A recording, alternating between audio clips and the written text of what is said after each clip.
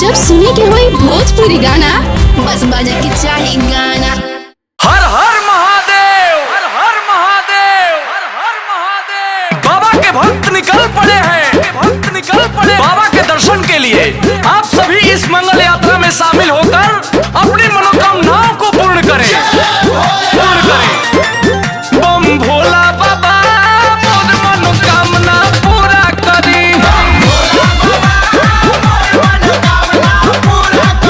बम भोला बाबा मोर मनोकामना पूरा करी।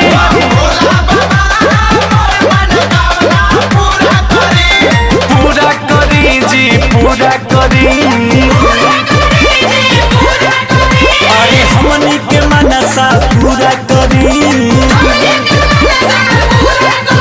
अरे हमनी के मनसा पूरा करी। बम भोला बाबा मोर मनोकामना पूरा करी।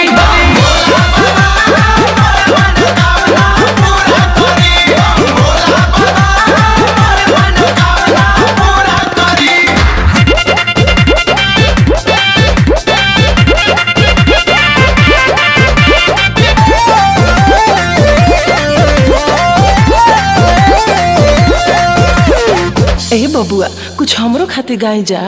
बाबा भोलेनाथ से कुछ हमरो खातिर मांग ली जा। तो लो ए भौजी, बाबा से तोहरा खातिर बबुआ मांग लेता नी जा। पूरा करी जी, पूरा करी। हई भौजी के मनसा पूरा करी। प्रेम से बोलो शंकर भगवान की। बम भोला बाबा मोर मनोकामना पूरा करी।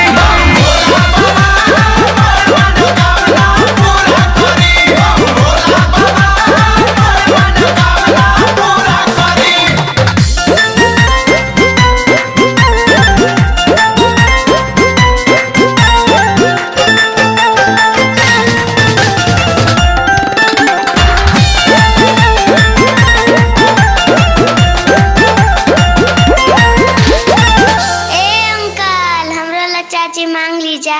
अरे जियो हमार लाल, तू तो हमारा मने के बात छीन ले लो। अरे पूरा करी जी, पूरा करी।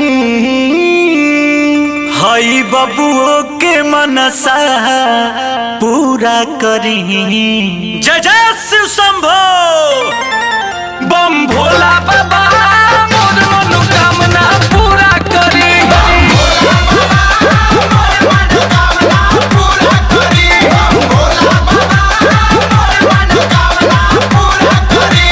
पूरा करी जी, पूरा करी।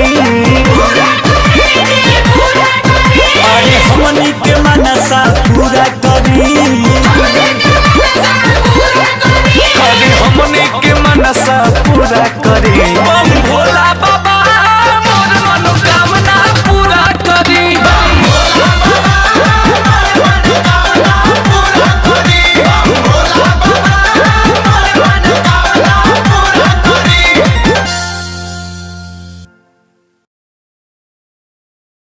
बम भोला